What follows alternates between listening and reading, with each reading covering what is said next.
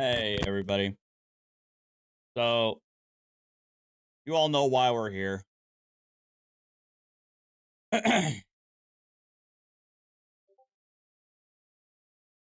I'm just gonna be watching playing some Starfield, and then I couldn't handle the rest of that freaking hearing that we were doing yesterday. I couldn't take it anymore. But I am curious about this. Is apparently the judge who was presiding on that case was ultimately disciplined. And our Nevada judges has the recording of the appeals hearing. So I'm very curious as to what happened, why she got disciplined, and what goes on in the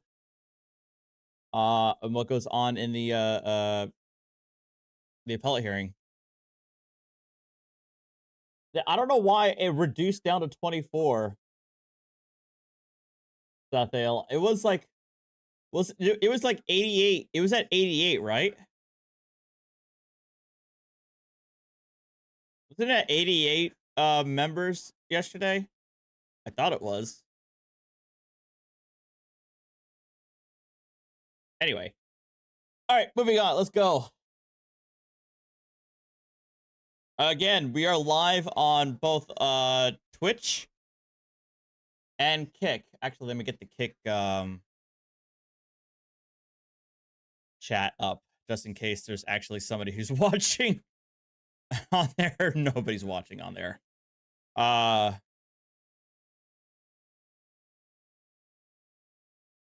There you go. There's Kick chat.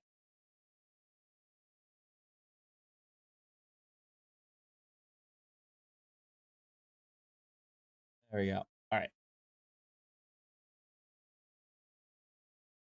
I haven't set up bots on. I have a bot on Twitch, but I have more bots on YouTube right now, and I have no bots on Kick right now. Anyway. Alex here with an events video in regards to the judicial discipline of Rena Hughes, an appeal following the imposition of discipline for 5 violations of the judicial canons. What started out as a high-conflict child custody case spiraled out of control over the course of a year, with a mother claiming her child didn't want to see her father and a father alleging parental alienation. The case became so complex that Ms. Hughes sought guidance from District Judges Charles Hoskin and Cynthia Diane Steele before ultimately deciding that the mother would need to be ordered to produce the child before the court. Interest in this case stems from a flurry of media coverage following what happened later. Essentially, an exchange between Ms. Hughes, a district judge of the family division, and a minor child that appears to have refused any contact with her father, frustrating Ms. Hughes to the point of threatening to send the child to Child Haven, which she referred to as a jail for kids, in an effort to coerce compliance with her orders and facilitate visitation with the child's father. The commission focused prosecution on Ms. Hughes' summary contempt of mother, as well as off-the-record temporary transfers of physical and legal custody from the mother to the father, further underlining the lack of any hearing on the merits or entry of evidence. In conclusion, the commission found her guilty of a failure to comply with the law, failure to promote confidence in the judiciary, failure to apply the law, incompetence, and a failure to accord a party the right to be heard. Especially troubling to the commission were a number of excuses raised, including Ms. Hughes' unfamiliarity with the law and having signed an order without first having reviewed it carefully.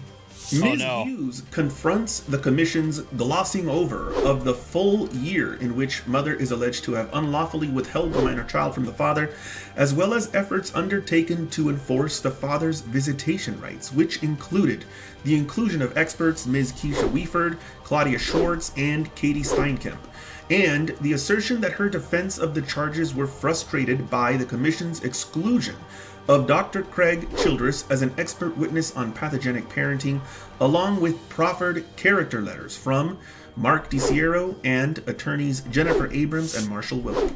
We submitted a media request, and Chief Justice Mark Gibbons has granted that request, allowing us to broadcast live from the Supreme Court of Nevada on December 2nd, 2019 at 1:30 p.m., where a full bench, all 7 justices, are anticipated to preside over the appeal. The Commission on Judicial Discipline is represented by Thomas Bradley and Paul Dale. District Judge Rena Hughes is represented by Daniel Marks and William Terry. You can keep up to date on our coverage schedule at www.ournevadajudges.com, and as with our previous videos, if you have any questions, feel free to post them down in the comments below or send us an email at admin@ournevadajudges.com.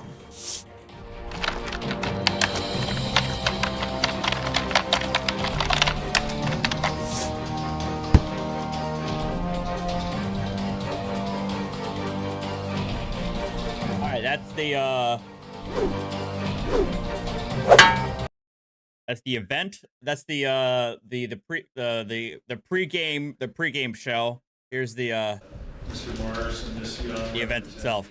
Judge Hughes with Mr. Bradley, representing the Commission on Judicial Discipline. Mr. Dial, the Executive Director of the Commission on Judicial Discipline, is present as well. Mr. Morris, would you like to reserve any time? Yes, I'd like to reserve 5 minutes. You may do so. Mr. Chief Justice, members of the Nevada Supreme Court, my name is Daniel Marks, and I'm here with Nicole Young, representing the Honorable Family Court Judge Rena Hughes. The issue presented in this appeal is whether the Nevada Commission on Judicial Discipline can essentially discipline a judge for really what are legal errors occurring in the heat of a hotly contested family court custody case, obviously down in family court. Commission Rule 8 specifically prohibits discipline for errors of law, including incomplete findings of fact. The discipline here is for a legal error, and we think the Commission exceeded its jurisdiction by disciplining Judge Hughes. The timing of this complaint was also troubling because the party made no effort by way of writ or appeal to contest Judge Hughes' order. She essentially stipulated to the custodial change by letting it go for some 6 months, but went to judicial discipline as a way of trying to vindicate her appellate rights. And if you look at the decision of judicial discipline, it's a 13-page written decision which essentially encroaches on your power as the Supreme Court.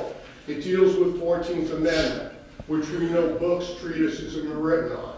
It deals with best interest, which you have a lot of cases on. And they essentially put their own spin on what is the best interest of the child standard that you've interpreted from the legislature. What the Commission did is it took 15 minutes out of a 15-month custody case. We think every case in law, you have to look at the totality of the circumstances.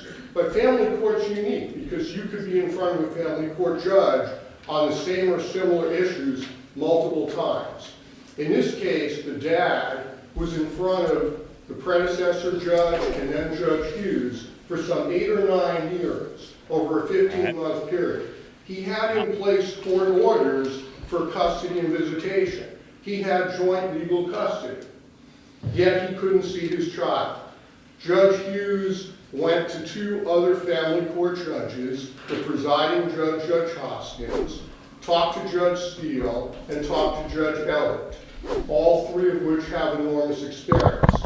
She tried counseling of the mom. She tried Donna's house, which is a safe space, all to really try to get the mom comfortable that the dad could see the child under those conditions. When all else failed, she had no choice. Courts obviously don't have private police.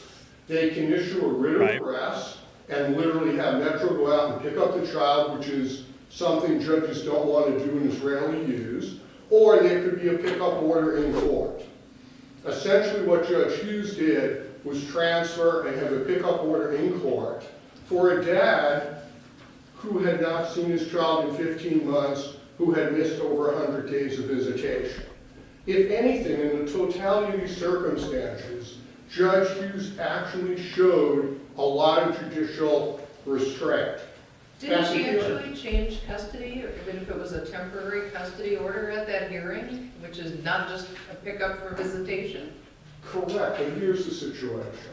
Judges, as we speak, are making temporary orders. Family court is different than a normal civil case.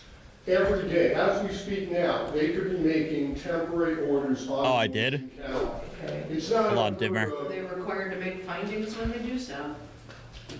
When you change They custody, are. don't you follow Sure. the best interests and make findings? Sure, but what happened, the case is cited by the commission, and the thrust of the proceedings in front of the commission treated this as a permanent order.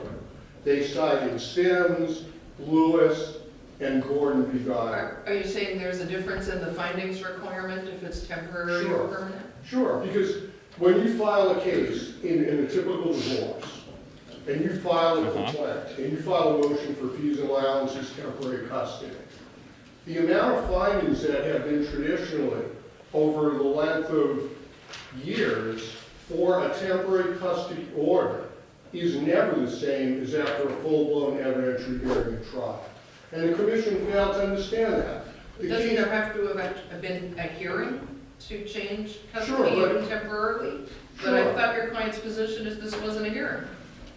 She called it a pickup order. I think anything in a courthouse, in a courtroom, is a hearing, as I define it, but I know other lawyers dispute that, I know other judges dispute it. In family court, unfortunately, you have what could be an evidentiary hearing or trial, which we think of as witnesses sworn, evidence taken. Hey, Ant Ball. No, I couldn't deal with that anymore. This is actually involving an appeal from a disciplinary order against the judge, the sitting judge in that case. Apparently, they are alleging that she committed 5 violations of the judicial canon in a different custody issue. That one was called Silva versus Silva. Not the one that we heard about, but the decision is that she violated 5 judicial rules of judicial canon rules involving another custody case. The rules of evidence apply.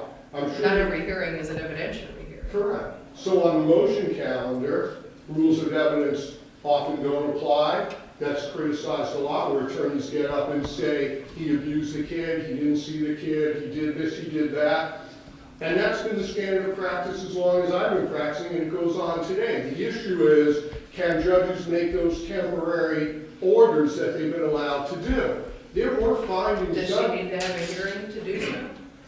Here's the difference. There had been 9 hearings giving the dad custody. He had legal custody. This isn't a stranger. He was not getting enforcement. Historically in family court, there have been real problems of enforcement.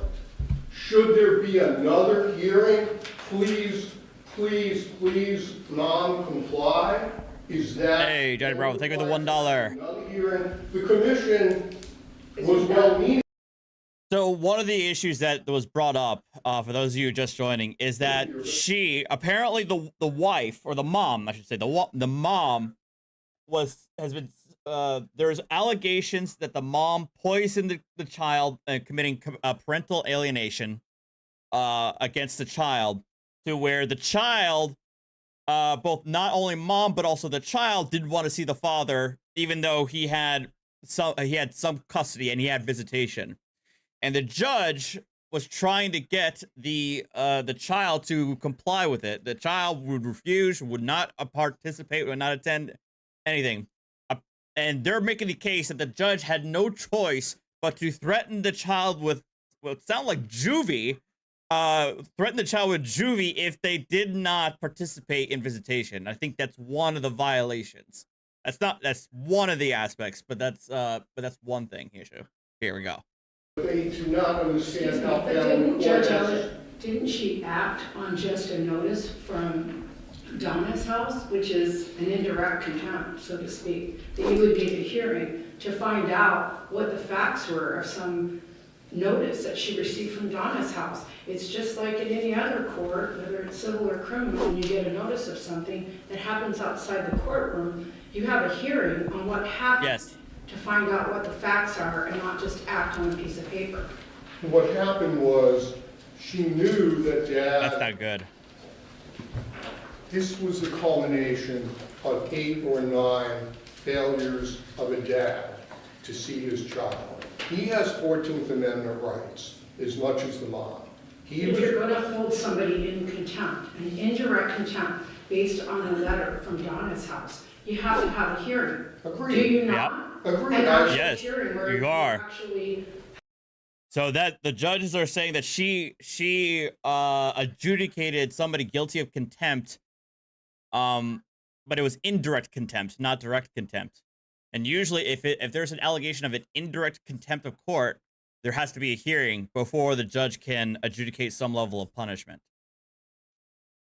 How long am I streaming today? Probably it's 10:45 right now here. Probably well, wait, hold on.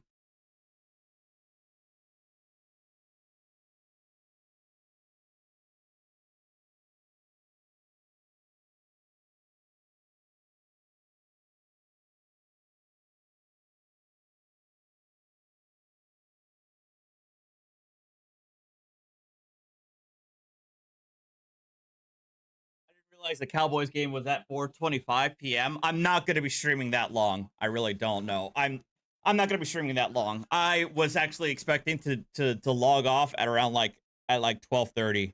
So I'm not going to be streaming that long. So maybe about 2 hours or so, 2.5 hours. No. 2.5 hours. I promise. I'm not doing these marathons, okay? have both parties present and present evidence that what they're saying occurred in the letter occurred. I agree with you, and she didn't hold her in contempt. Hey, Some K-Far. of the language and some of the documentation could have been I would say all of it. Excuse me? All the documentation, all the minutes, all the hearings, all the pleadings said contempt. But it also said in the written order that a hearing for contempt will be held later. She never held the woman in contempt for this violation. And actually, her testimony goes back and forth. The orders are ambiguous in that it says it's a contempt, I'm finding you in contempt, but we're going to have a hearing on an order why we shouldn't find you in contempt. So the orders seem internally inconsistent. And what's worrisome to me is if she had written instead, it appears to me you have violated my orders that you and Dad have joint physical custody.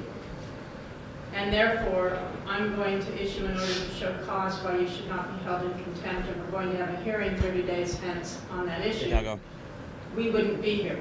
Correct. Is that fair? That's fair. She did the right thing. She didn't say it correctly. I've had other judges say you're in contempt, and I think they mean it more in a lay sense. That you violated the order. Exactly.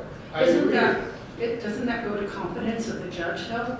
To not know how to have a hearing in order to then hold somebody in contempt?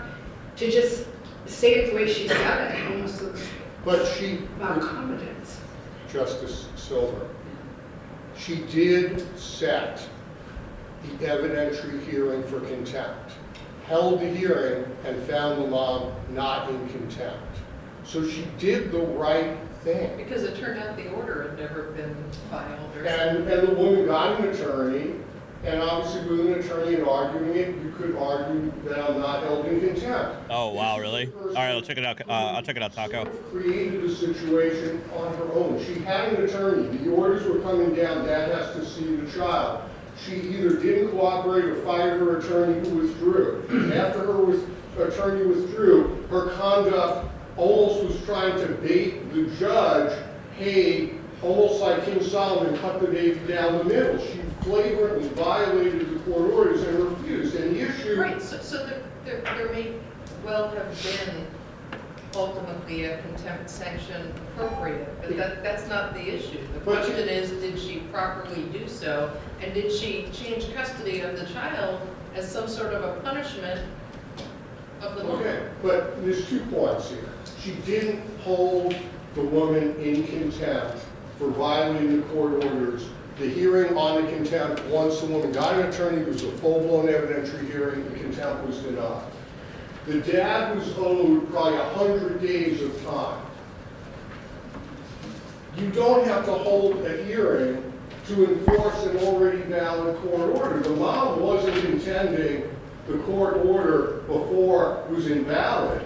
The mom was just saying, I'm not following it, you don't understand. For instance, she refused to go to counseling or pay the counselor. They Did the set up court the, change the custody status or just grant visitation? I know it's hard to say for a judge, it's semantics, but the dad was owed by 100 days. Giving the dad the child, contempt, if the woman had showed up without the child in court, and there was a hearing, and she was held in contempt where you can only fine or go to jail, that wouldn't get the dad the child. So you're in this nightmare custody case where the dad wants a child. He doesn't want to pay a lawyer to hold the mom in contempt to get a fine. He just wants a child. So Judge Hughes did the right thing in getting dad the child. She set a full-blown evidentiary hearing before changing custody permanently. The issue is one, to some extent, of the semantics. But this court has never held you can't make temporary orders without a full evidentiary hearing. And the cases cited by the commission. Mr. Marks, we have said that before making those custody changes, there must be an evaluation of the best interest. Right, on a permanent. And I don't see where in the order that was done.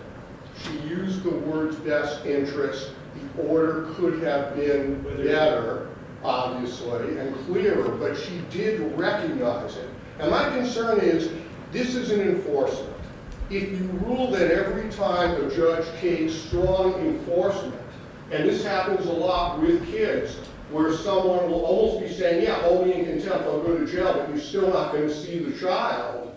The issue was getting the other party who had every right that this woman has. He was a joint legal custodian. He had not seen his kids in 15 months, and there was no basis to deny that. Why shouldn't he be able to get the child? Obviously, the documentation could have been better, but do you want the Nevada Judicial Commission to take over your job? This could have been appealed or written. You could set forth what findings are needed. Do we need another intermediate appellate court? They went way beyond the bounds. And this will have a chilling effect of enforcement. Well, could you return back to the point Justice Cage made a moment ago, though? It appears, you say the orders could have been better, but it seems at the heart of all of this that there was a transfer of custody without any compliance with the best interest requirements and evaluation. And that temporary custody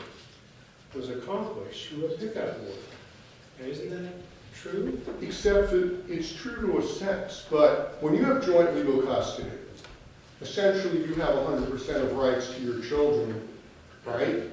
So there wasn't essentially a change. The parties had legal custody. The dad wasn't getting to see the kid at all. Well, I'd like to correct you. Just because you have joint legal custody doesn't mean you have joint physical custody. Correct. But they had joint physical at the time. No, mom had primary physical. Okay. But this was essentially, dad's going to get the child pending the Let me other. just ask this. I know you would argue that, or appear to agree that the language of the order is unclear. But when the litigants left that day, when that hearing ended, the understanding was dad had Correct. legal and physical. Correct. And you Is know, that correct? correct, but this is the reason. Mom had pulled the kid out of school. I And there's, you understand. have to understand the reasoning. In real life down there, if you don't have legal custody, you can't sign up your child for school. If they had left it as joint, potentially mom could have said, I want the kid out of school. Dad could say, I want the kid in school. This is the woman who pulled the kid out of the public school, was allegedly doing homeschooling, which violated the Clark County regs. The dad was trying. Mr. Marks, I'm empathetic to the challenges the family court judges face when parents are unable to agree about the handling of their children, the custody of the children, or the exchange of the children. And I think it is very troublesome that this task falls to the family court judge. But here, the question is whether or not the judge followed the law and was consistent with the canon requirements to accomplish those objectives. What's troubling to me is even though there are numerous you can't set those aside, can you? And justify orders or decisions that don't take into account mandated requirements. You have to look at the unintended consequences of all of our actions. If you sanction Judge Hughes for this, you will send a message that enforcement goes out the window because there's no enforcement of custody absent Metro. And then you're saying the only thing you can do is a writ of arrest. Contempt doesn't solve it.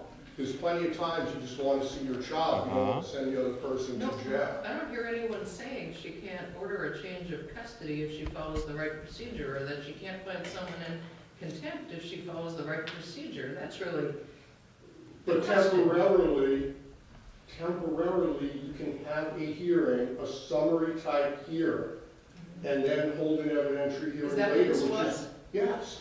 And the law stipulated effectively to that custody.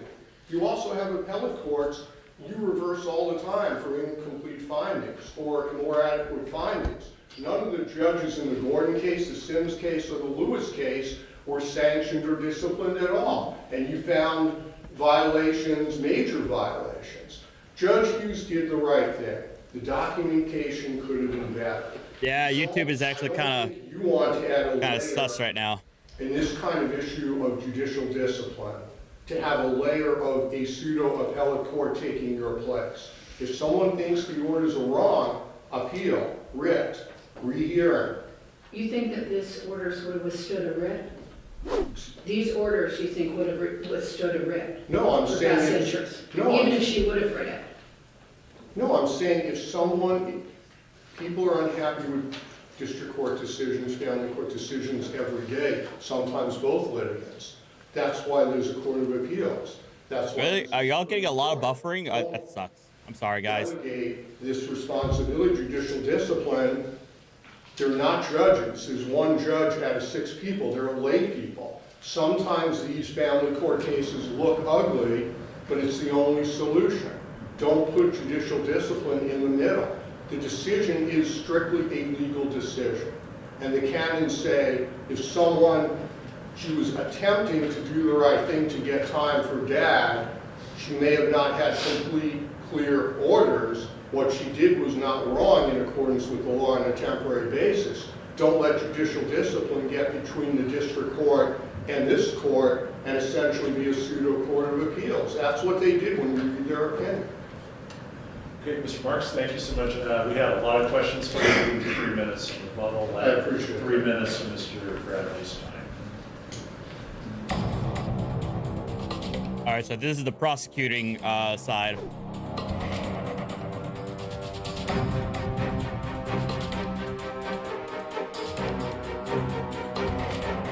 No, you should not skip church for me, for God's sake.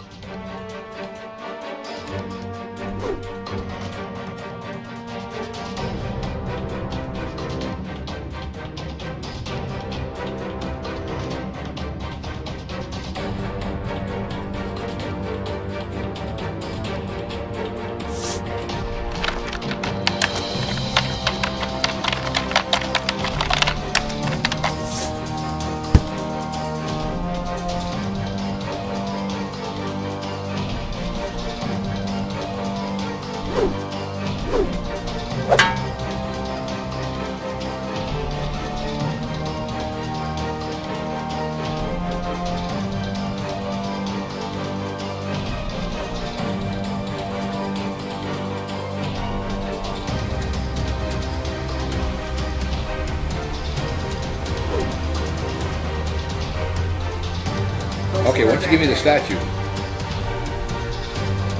Man, I remember this.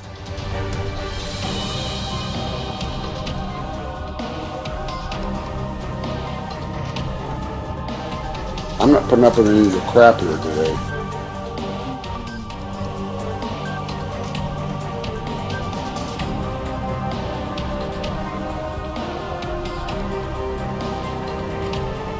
Don't unpack. That's not what today's hearing's for.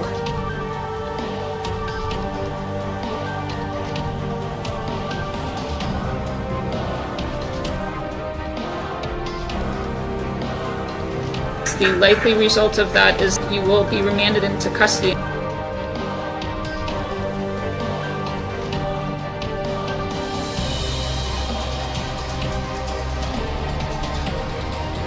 Counsel your appearances for the record.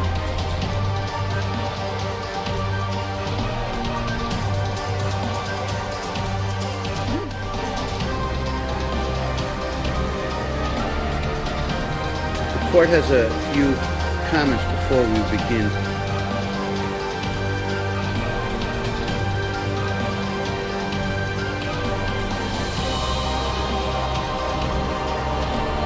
We are on the record in the matter, case D-505.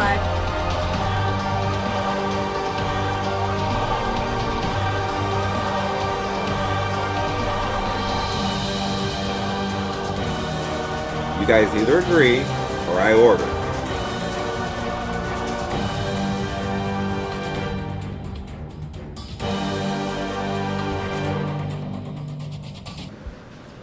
Good afternoon, may it please the court. I'm Thomas Bradley, and I have the privilege of representing the Nevada Commission on Judicial Discipline. All right, guys, take care. The issue in this case is there clear and convincing evidence to support the commission's decision to find her in violation of count 1. Count 1 was solely with regard to whether or not she was Ms. Silva's right Nice. when she was held in contempt. It didn't have to do with whether or not there was a custodial hearing. Count 1 was she held in contempt without notice and without a hearing, and was she improperly sanctioned for that? And the sanction, namely, was to change custody as a sword. Mr. Bradley, here's the problem that I'm having. Seasoned attorneys and seasoned judges get contempt wrong all the time. Family court, seasoned family court district judges, and I have great respect for, fail to make findings. Is the music part of the court case? Nope, that's just the flashy intro, like the pregame hype machine that our Nevada judges does. And now Nevada judges does.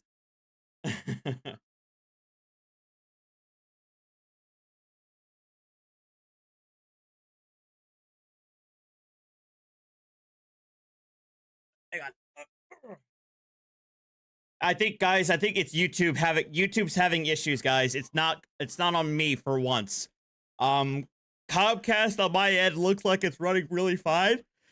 For some reason, YouTube is having issues. I am live on Kick. Guys, I'm live on Kick, and I'm also live on Twitch. If you can, if you're able to go on there. But, it looks like Twitch and Kick are running fine, but I understand that YouTube's been having some issues all weekend, so I apologize for that, guys. How can I distinguish this case of a relatively new judge who seeks counsel from more experienced judges, who arguably gets it wrong? And if this were in front of me in that other context, it'd probably reverse. Where I would say, hey, you should have done this, you should have done that. How do I distinguish this case of legal error from every other case of legal error that I have sitting in my chambers right now? Well, under Rule 8, a single egregious error is sufficient. And if the error is an abuse of authority or the denial of a fundamental right, and I would say holding somebody in contempt without any notice, without an opportunity to be heard, without an opportunity to cross-examine people that are saying that you violated visitation orders, and summarily changing custody, which this court said you can't do. That's what changes this case from other legal error cases in your chambers. And for the respondent to say she was trying to do the right thing is to give notice, hold a hearing on contempt, give notice, hold a hearing on making a temporary change in custody. That is not complicated. That is not something that an experienced judge can say, I just didn't know. I think the Goldman case said judges have a duty to understand and follow the law of contempt. Other courts from California, I believe the Cannon decision said, excuse me. But I want to distinguish understanding and not understanding. For willful misconduct, what I would suggest to you is, I know what the law of contempt is, and I don't care. Like, what I want to do is more important than that law. That's willfully, I know what it is, and I don't care. If you think you know what it is and you're getting it wrong, how does that rise to the level of willful misconduct, such, not that it shouldn't be reversed, but such that it would be disciplined under those canons? I don't think it's complicated for Judge Hughes to know that before you hold somebody in contempt, you have to give them notice and a meaningful opportunity to respond. You can't just say, I find him in contempt. But this record's a mess. The record's a mess. She says contempt, but then you get OSCs, then you eventually, there's some question of whether the woman was ever held in contempt, even though there were custody orders or changes in custody. So I agree that her orders were a mess, and Justice Pickering said there was some ambiguity. However, I would cite you to the record on appeal, page 371 to 372. I specifically asked her on cross-examination, after you got this report from Donna's house, did you then hold Ms. Silva in contempt on June 8th? Answer, yes. She admitted, under oath, she found her in contempt. I don't care about any... But she also says, I mean, in fairness to her, she says she was making a prima facie determination that what she had... let me see if I can get a link for you guys. I'm reading my phone, guys. Sorry, that's why my head's buried. I'm arguing... Sorry, I'm arguing with some Hamas supporter on Twitter. I apologize. Don't I have a thing for Twitch? Hold on. Twitch.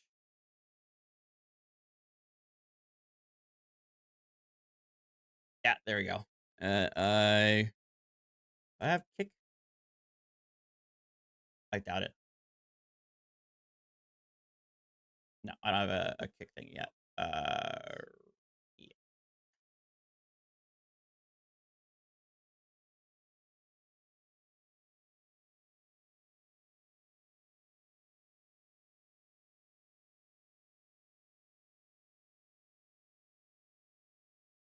There you go. There's a link to my Kick. Again, Kick is basically a Twitch alternative platform that actually does a lot better in terms of revenue sharing. That's kind of why people are kind of leaving Twitch a whole lot.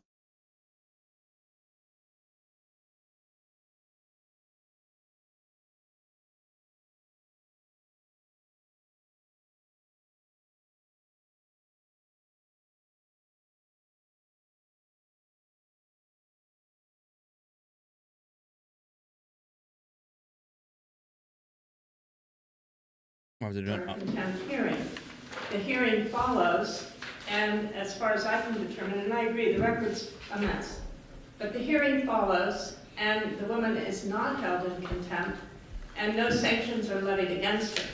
I understand that you argue that the change in custody is itself the sanction, and that that sanction is impermissible under Lewis and the cases that preceded it. But I go back and I read Lewis and Dagger and Sims, and from the beginning, they recognize the one exception that our statutes say both parents should have parental relationships with their child, and that where one parent is violating that, there may be custodial orders entered. Footnote 3 in Dagger, and then Sims cites footnote 3 in Dagger. And Lewis, which came down after the May order in this case, again cites Sims. And all of them recognize that where one parent is withholding court-ordered visitation from the other and violating the law in that regard, the judge is not powerless to act. Contempt is not off the table at that point. My response is, we never heard the words prima facie until we got to that hearing. During the interview by the commission investigator, she never uttered the words prima facie. What would be the point of ordering to show cause I mean, it's like, why would you have a hearing on an order to show cause if you've already adjudicated someone in contempt? Hey, Satel. Yeah, YouTube's being She stupid. also used the words further contempt, so I don't know whether or not the hearing had to do with whether she was going to be held in further contempt and be sanctioned more than just a change of custody or not.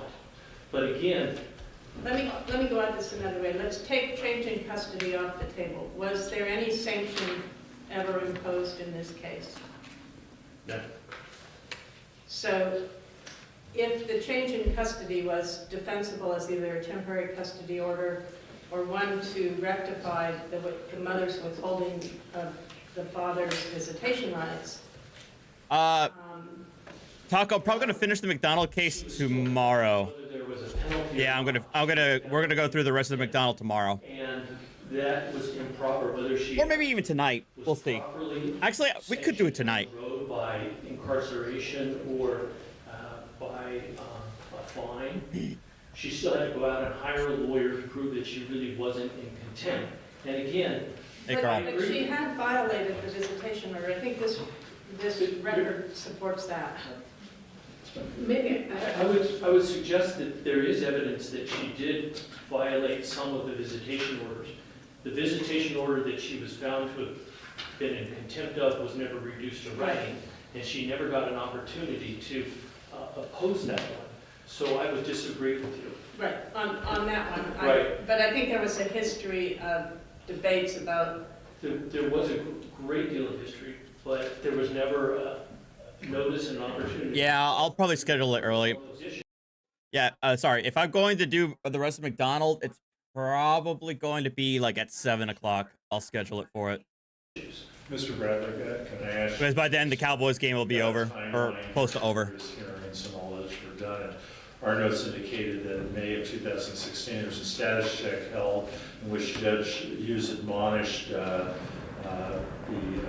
defendant here that she would be held in contempt if she does not comply with the visitation schedule. Then in June, the hearings held that Judge Hughes did find her mom in contempt and so on and so forth. So it looks like there was some warning given to her. It wasn't an order to show cause. It wasn't done through the legal niceties and all that. It wasn't out of the blue here. Is that correct as far as what happened? There was some notice. I would agree with that, Your Honor. However, there was no opportunity for a meaningful hearing, so she could defend herself before she was found in contempt. And again, I agree with what the judges have said, that her orders are a mess and demonstrate that she doesn't know how to hold somebody in contempt, or maybe she's not sure how to do it. But aside from her orders that may lack some ambiguity, not only was her hearing testimony that she held her in contempt, it was her minute order saying she was held in contempt, and she testified that her minute order was a correct evidence of her intentions. There was also the interview where she admitted she held her in contempt, not prima facie, not planning to give her an opportunity. Hey, Sathel, thank you for the 5 gifted subs on Twitch. So for the respondent to say she never held her in contempt is completely contrary to the record in this case. can I ask, I know that there was a judge that testified, Judge Hodgkins, for her behalf. Was there any testimony regarding who advised her from the family? Y'all can spam them emotes. The mother outside the courtroom on and leave Twitch. the child alone to speak to by herself. Was there any testimony that that's what the more senior judges told her to do? The testimony wasn't that clear from the judges about precisely what their advice was. What is clear is none of the judges testified, the other judges testified. I told Judge Hughes to find her in contempt, not give her notice, not give her a hearing, and to use custody as a sword to punish her for an order that was never reduced to writing, and you're never going to get an opportunity to dispute my conclusion based on that. So I agree that she did. On that point, Mr. Bradley, I'm sorry for interrupting, but I want to get this question out. If you have further information on Justice Silver's question, please do so. But I think it's important to understand the discipline commissioner's take on why the imposition of, take their approach, imposition of temporary custody was indeed the sanction. She said in her, We're looking at this record now. right, and she the said, actions of the commission. she said in her orders, the reason I'm making this change is she violated the visitation order. Interestingly enough, if you go back and look at the tape where she's talking to the little girl, she says, the reason I'm making this change in custody is because you and your mom were not following my visitation orders. And then there was a gratuitous comment in one of the orders at the end, oh, and it's in the best interest of the child. But Sound alert should be on. Visitation, equal visitation or honoring visitation is a best interest factor. In other words, our statutes are really clear that children should have both parents in their lives if at all possible. I would agree that is a factor, but she said, if you read the orders, listen to the Jazz hearing, almost the overwhelming single reason she made the change in custody was one factor, and that is as a sanction for violating her visitation orders. I agree with what you just said, that it's important to have a parent that allows visitation and fosters a relationship with the other parent. I think there's three factors that are all kind of a nexus. There's like, if one parent is messing with the child's relationship with the other, that's a factor that supports. I would agree with you. So there's, that kind of thing is our best interest factors, which makes it a harder case than Lewis and some of the others. In Lewis, the issue was dad wasn't paying child support, and so the judge says, okay, you can't see the kid. That's a pretty easy case for me.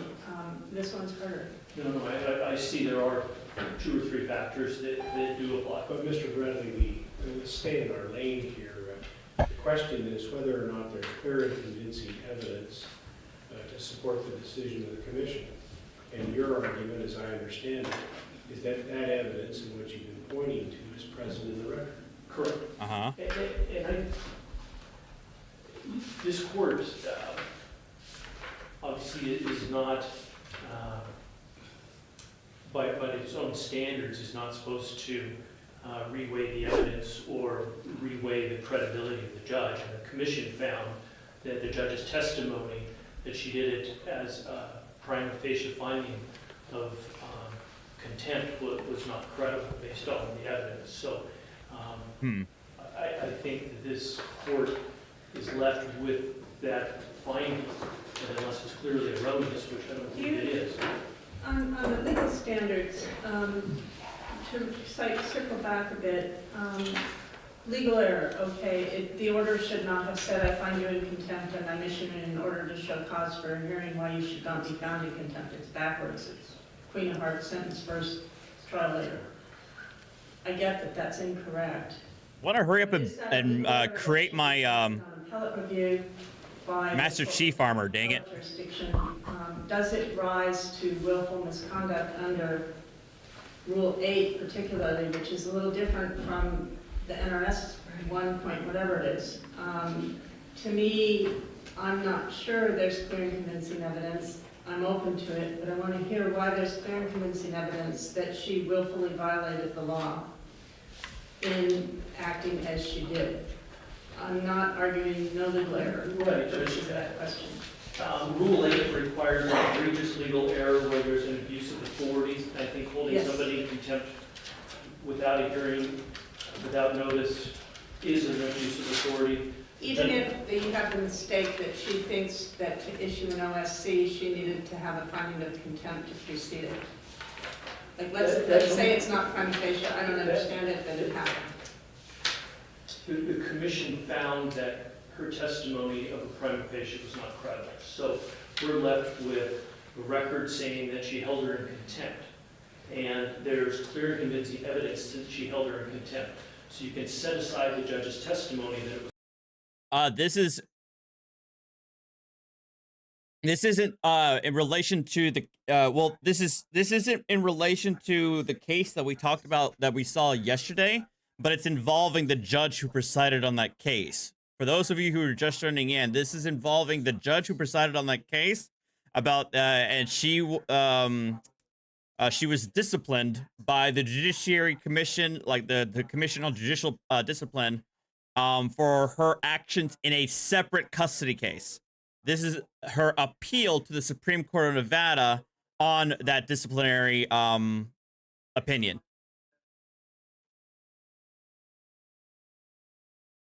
I felt that this would probably be more interesting than hearing the rest of that mess. But even so far, I'm not really getting much. Finding of contempt based on the standards. Because I feel like we ought to have heard that preceding custody case, or to get a better sense of what's going on here. Someone in contempt and then set a hearing to determine whether or not the person is in contempt. That is hard for me to say. But again, she's failed to exercise her duties competently. There's no question about that. But the commission found that she did hold her in contempt, not prima facie. And it's not just the orders. If we only had the orders, that'd be one thing. But we've got the commission interview, we've got her own testimony, we've got her answer to the interrogatory that said, I held her in contempt. So I think there's clear and convincing evidence that shows she was held in contempt. Once you get there, then the commission was proper under Rule 8 to find an abuse of authority, an egregious legal error. But let's take the words. What's troubling to me is the inconsistency between me saying I find you in contempt and we're going to have a hearing on an order to show cause in the future why I shouldn't find you in contempt. To me, that suggests some problem with the word contempt and the way it's being used in sort of a mutable way. I agree, if we only had the orders, there could be some more ambiguity, but... Did the commission address that inconsistency? I didn't see it in the findings, but it may have been in oral argument or comments. Do you understand what I'm asking? Yes, I am. I think that the commission found that her testimony was incredible based on the totality of the evidence, and the totality of the evidence included her hearing testimony where she admitted she held her in contempt. The totality included her court minutes saying that she held her in contempt.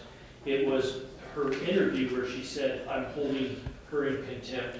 And it was her interrogatory that said, I'm holding her in contempt. I understand that, but what about the inconsistency and then scheduling a hearing in the future to find out whether you should be held in contempt? I mean, that's... I believe that the commission took into account that those words were there, but that they found that she did hold her in contempt. Fair enough. I have a question. Well, wasn't the subsequent contempt further contempt? Right. And that, I mean, it wasn't, we're going to do this over again later. It was further contempt, like swords coming down even harder. absolutely, and she used the word further contempt multiple times. All right. And Yeah. All right. I'm gonna go to what Taco was sent. All right. What did you send me, buddy?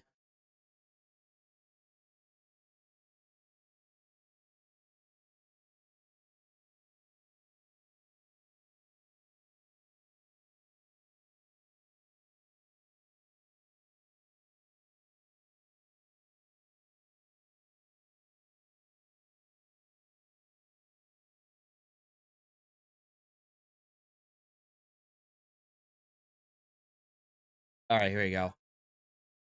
Let's see what this is about. There's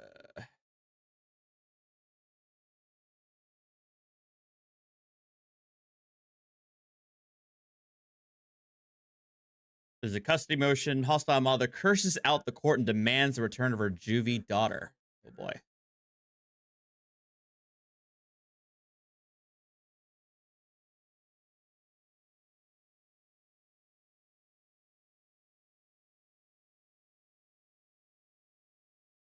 All right.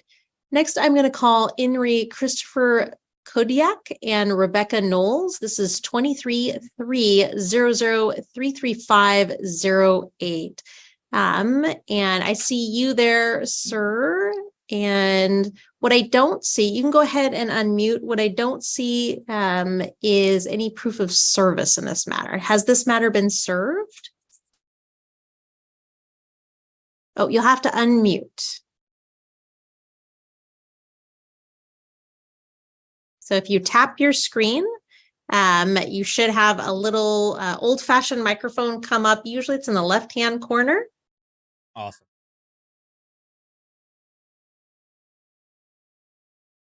And same for you, ma'am. There you go. I see you, ma'am. Ma'am, can you tell me your name? Rebecca Nolles. Okay, very good. Thank you. All right. And I see you're unmuted. Thank you. And I see you're unmuted as well, sir. Thank you. Ma'am, I'm going to start with him first, and then I'll ask you a couple questions.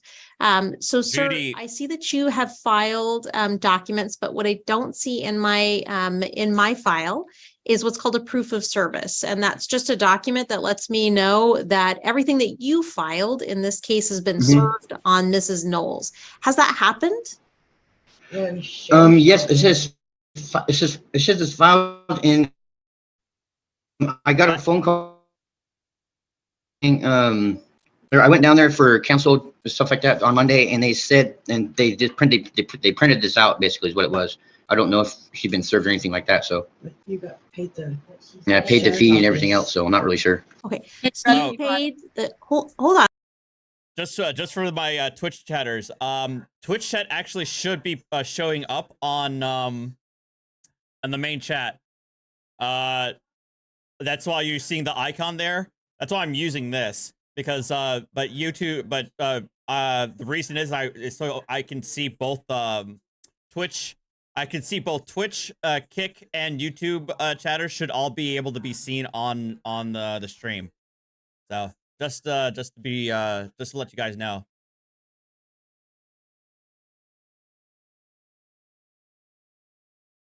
See, like right now, hoggers on my Kick chat is yay. No one's there. It's okay though. I'll get to you, Ms. Knowles, I promise. So, sir. Oh, I know. I can't hear him very well either.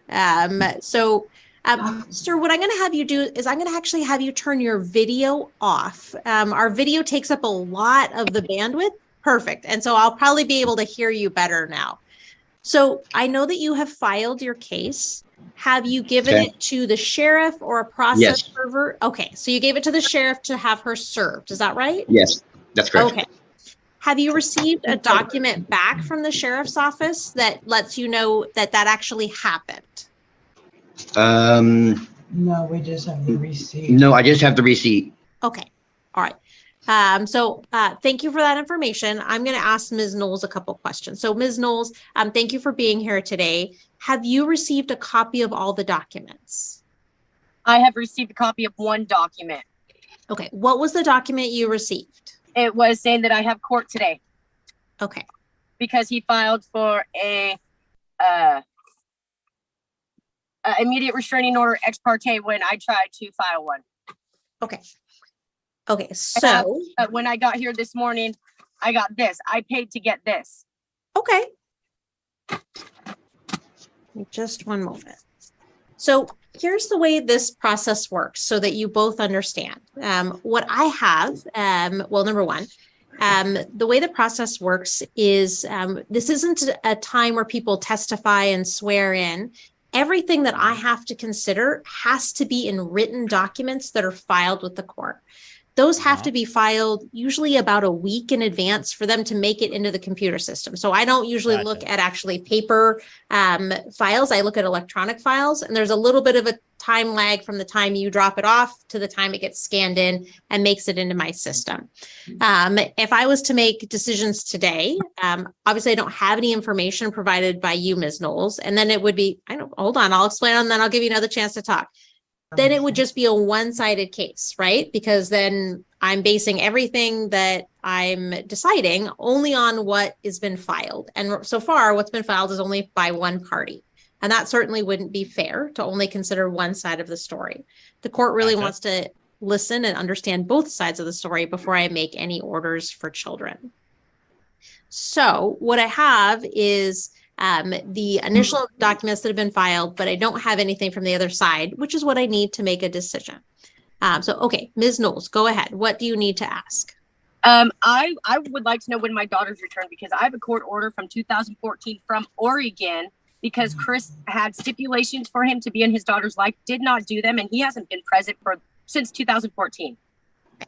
So Okay. this is where I said that this isn't a time where we testify. So you're telling me really potentially critical information, but it has Right. to be written and it has to be Yep. filed for me to be able True. to consider it. So you're sort of saying, well, I want to tell you information and ask the court to make a decision Filed based is on. Well, I mean, I don't know what state this is, but usually, you could. Yes, she's correct, and usually in most of these things, you got to submit a written motion or written response. But usually, you're also supposed to the judge could swear her in so that she could take testimony. Yeah, welcome, Twitch chatters.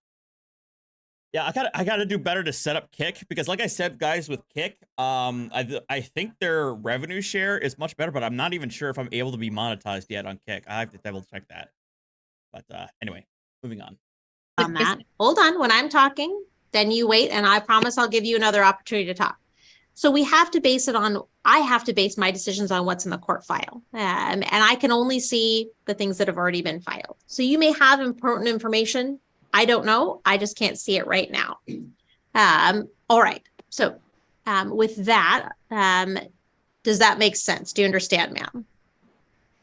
Yeah, I understand, but how is it that I have to pay to get my own court paperwork and completely miss court? This is the second court date. I haven't received nothing besides trying to find my missing daughter, get her the help that she needs, because she has court orders, things that she's supposed to be doing, and they're withholding her. Okay. So here's what we're going to do. Sounds like the sheriff's office has a full set of the paperwork.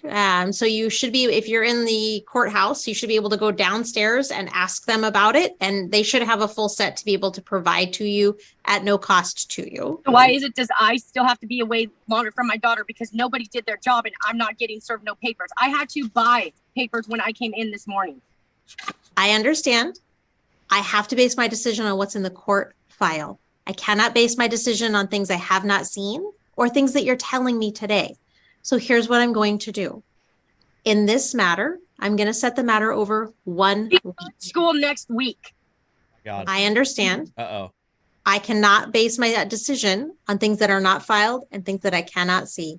So I'm going to set the matter over 1 week. That gives Mr. an opportunity to file proof of service. And that allows you an opportunity to file a response, which is what you need to do so that the court can understand your position and what's happening. All right. I understand. So sir, you understand that you need to file your proof of service. Ma'am, you'll need to file your materials. And then the court will consider it. It's the same date. It's the same day and time as I'm having a hearing today. So it'll be 9 o'clock next week at the same place. And then we'll have a hearing. I encourage everyone to file anything that they're going to file right away so that it's in the court file to be considered. On Thursday. Okay. So that's my ruling for today. I see you mad. Raising your hand, Very ma'am. mad. If you Very can angry. speak calmly, I'm willing to listen to you. So you'll need to unmute and then you can speak. How is it that my daughter has court ordered things she's supposed to be doing and they're withholding her?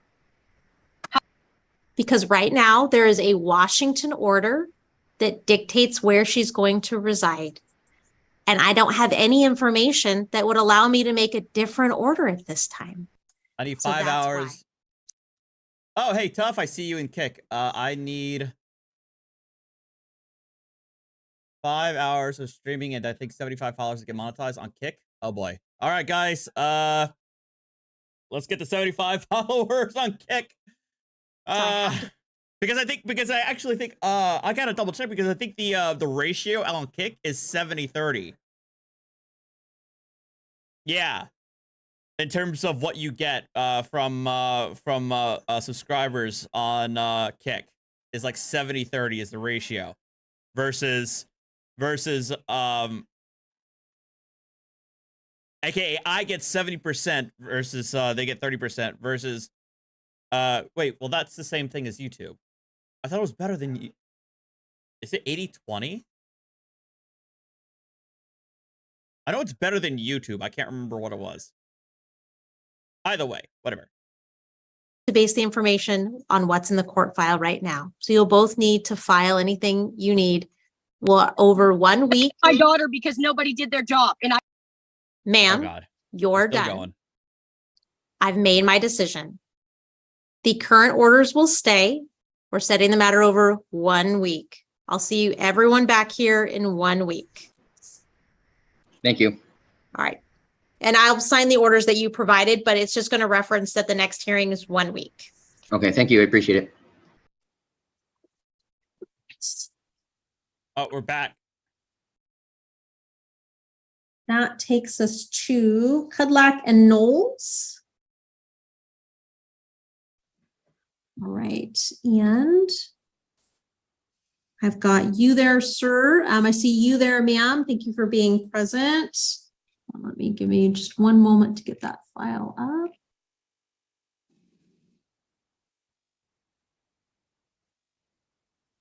All right. I did have an opportunity to read the things that both of you submitted. Thank you. I appreciate that both of you submitted paperwork for the court to review today. That's appreciated, along with some of the sort of historical documents associated with this child. So I appreciate that. Before we get too far in depth, is it Koudlac? How do you say your name, sir? Koudlac. Koudlac. Okay. Sir, where do you reside? Kelso, Washington, out in Lexington. Okay. And then I have you, Ms. Nolles. Where do you reside?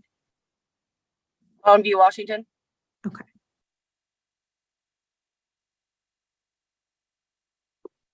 Very good. So the way this works is initially, Mr. was the one that filed. And so I'm going to give him an opportunity. I have to choose somebody to go first. That's how I do it.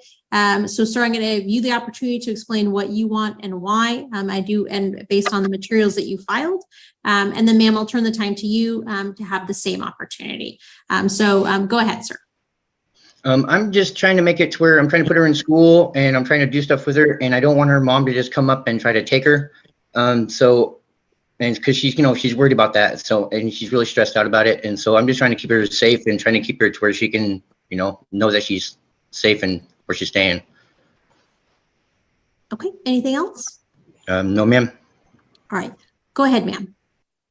Okay, well, first of all, 8 years ago, like the paper that I did in the respond, ASA was granted to me because Chris was MIA. There were stipulations that he was supposed to do and never did them.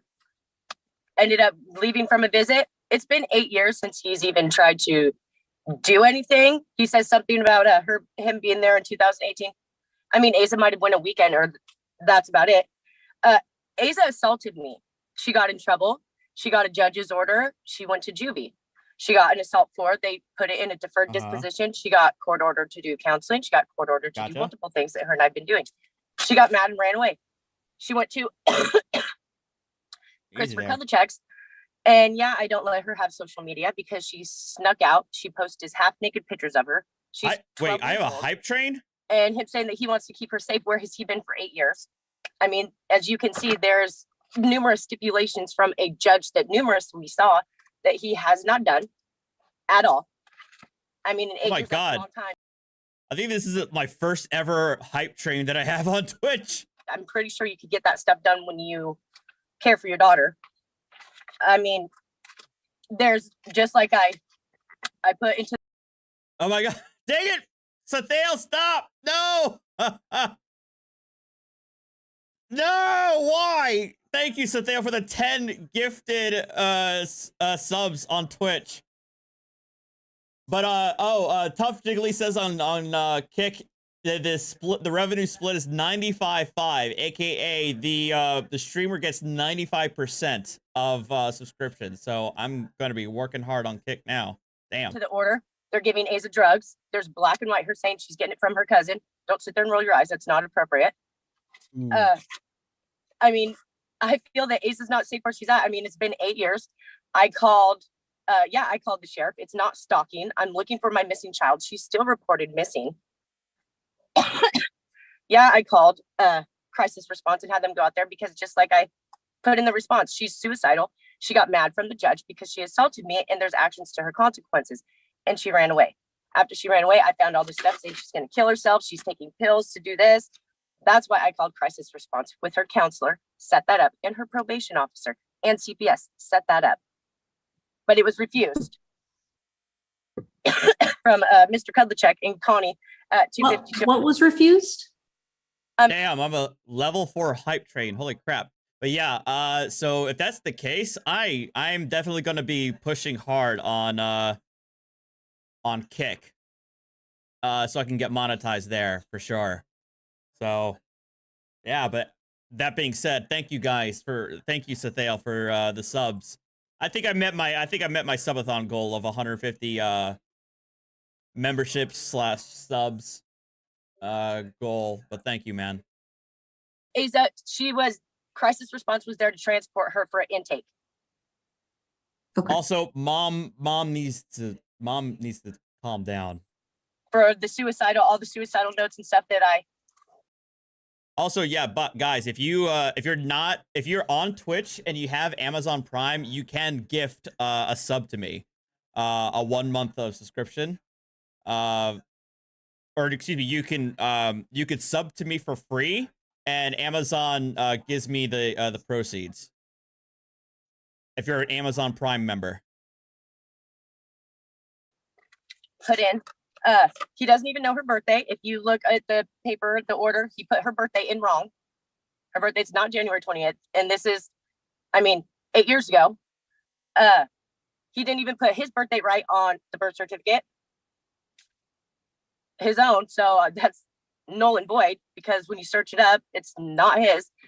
And if he wants to talk about that, maybe we should do a DNA test. But I feel under the stipulations, Asa needs to come back. She hasn't been around him. They haven't done anything in 8 years. And it's more him, like with this paper, it's not just his phone number. He has his mom's email. Why isn't it just between him and I? Asa is supposed to start school on Tuesday. She has an intake. She hasn't done any of her counseling for disposition. She has less than 20 days to do what she needs to do, or she will be charged with that assault. And I don't feel it's right for her to run away and not have to do what the judge ordered when she assaulted somebody. She's supposed to be starting school on Tuesday. It's been almost 2 months, and she's still reported missing. Haven't had contact. He wants to put in a restraining order. If you also read the paperwork from the Oregon judge, because he didn't do what he was supposed to do, he's not supposed to be around her. I just feel like, Asa needs to come back home, because I've been her only provider in over 8 years. No outreach. They haven't been to one school thing. They haven't anything. And them saying that I've took Asa out of state before. Yes, I have, because I got custody of her back in Oregon, and there was an interstate state compact for me to bring her in Washington.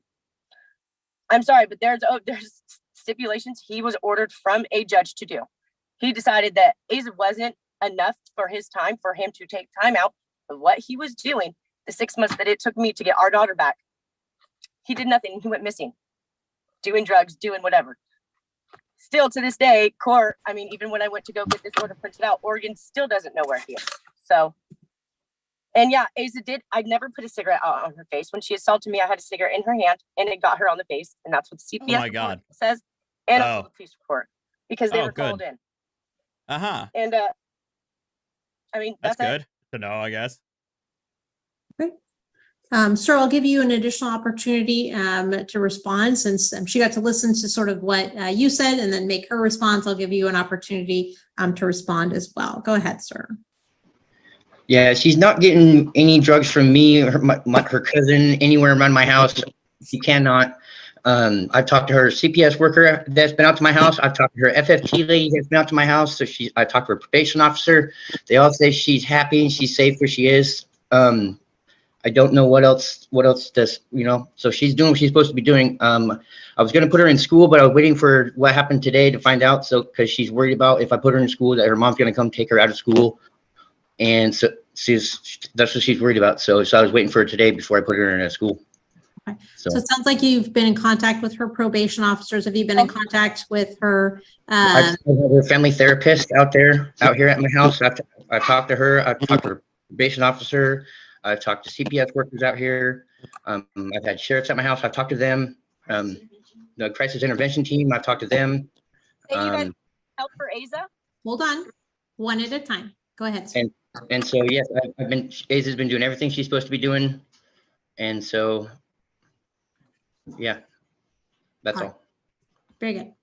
All right, thank you. I appreciate both of you. I appreciate you both being here. And again, the fact that you're both here is a clear indication that you both care very much about your child, which I appreciate. In this case, first thing we need to do is we need to appoint what's called a guardian ad litem. Guardian ad litem is essentially fancy Latin for court's investigator. People come to court similarly to the two of you, where I don't know either of you personally, which is a good thing in the sense that I'm kind of a neutral decision maker for you both. One side says, the father's terrible. The other side says mother's terrible. And I'm kind of like, well, you're both saying, each other is not a good place for the child.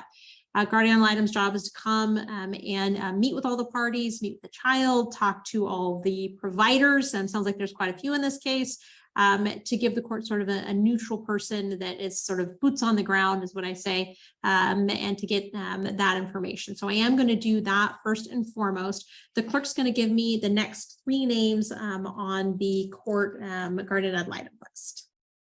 That's Twyla Corey, Keith Lawrence, and Heather Kale. Okay. Sir, do you have any preference as to the guardian ad litem? No, ma'am. Ma'am, do you have any preferences to the guardian ad litem? Oh, you'll need to unmute. No, I don't. But like I said, a DNA test needs done. So no, ma'am, that's not appropriate. If he is on the child's birth certificate and the child is 12, that ship has sailed. And the idea, and I'd have serious concerns with a parent who would try to disestablish a parent at age 12.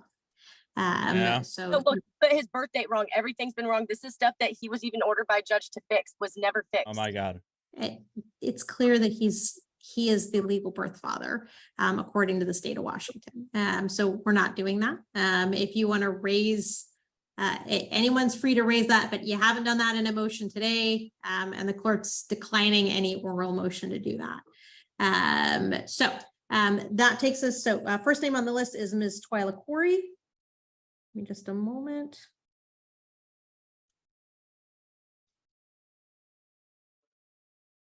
I think it's called.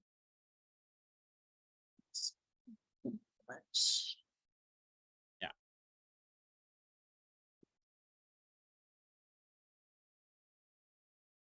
That's I get that. I get you, Brad. I guess they're like, again, those are primarily streaming platforms, and also that's a good point. Is that Kick is a lot more free speech oriented. I mean, it's not like it's completely like everything goes, but it's a lot it's a lot less I don't know, how do you call it, restrictive. 1 moment.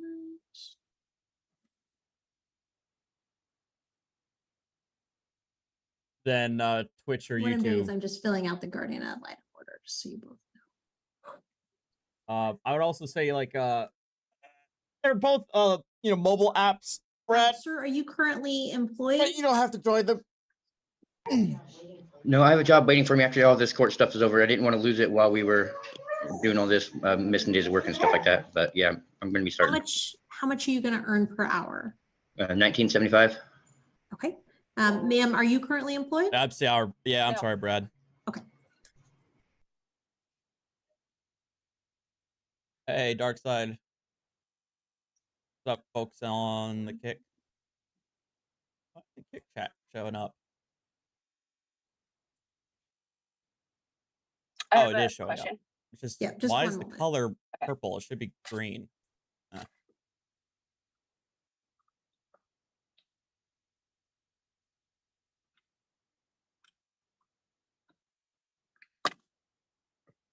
I thought most of the prank channels that are getting in trouble were all on Kick, not Twitch. Wasn't that Johnny Somali guy on Kick primarily? What I have done is I filled out what's called an order appointing the guardian ad litem. I'm appointing Twyla Corey. She's going to investigate all issues regarding establishing a parenting plan for this child. I'm also asking her to look at domestic violence issues, mental health issues, and substance issues as to all the parties, including the child. I'm going to make her report due in early January. This is the second with a hearing. review of her report January 25th of 2024. So I know that sounds like it's a long way away, but we give our guardian ad litem at least 120 days, and then usually plus us a little bit more time to be able to talk to all the parties. She'll have to get releases signed, and please be quick on signing any releases. I'll get to you, ma'am, I promise.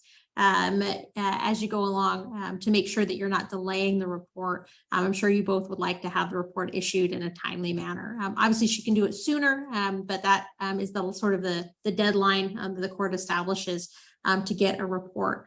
I've put both of your phone numbers as I have them in the court file in for you to be able, for the guardian ad litem to contact you. But I encourage you both to contact the clerk's office once this hearing is done to obtain Ms. Corey's number and reach out to her directly. Let her know that an order has been entered and give her your information.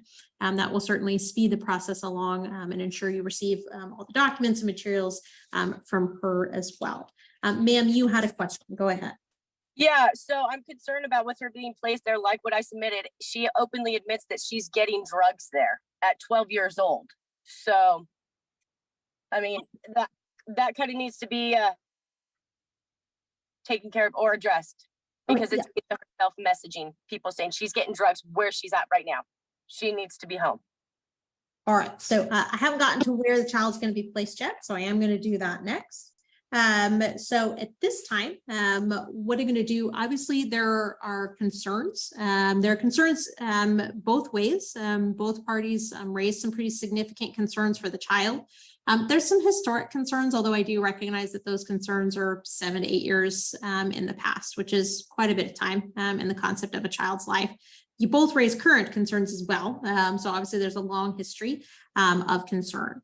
At this point, I have child assaulting mom. That's not a good sign. It sounds like child has some mental health struggles. Again, I want to make sure that that gets addressed. She does, sounds like both parents are aware of probation and the diversion program, which I appreciate. Seems like both parents have been pretty cognizant of that and working through that process. So that's good that you're both up to date on that. At this point, though, considering the child's assaultive nature on mom and considering sort of the needs of the child, again, this is a temporary order. It is not a final order. I am going to place child with father at this point. Father is going to be obligated. Your Oregon order dismisses that case, meaning it does not exist. No, when I am talking, you are not talking. I reviewed that file. Your Oregon order dismisses that case. It does not establish a parenting plan. I appreciate that you completed the things that the court obligated you 7 years ago or whenever that case started, which would have been further back. But at this point, we're dealing with essentially a tween, and before you were dealing with a young grade school child. A lot has happened between then and now. So my order is a temporary one. It is not a final one. This is what we're going to do as a Band-Aid until we get to the next step and have a complete guardian ad litem investigation, which is what I am ordering. You both will have the opportunity to talk to the guardian ad litem, and you'll both have the opportunity to present your case at trial. So father's going to be primary.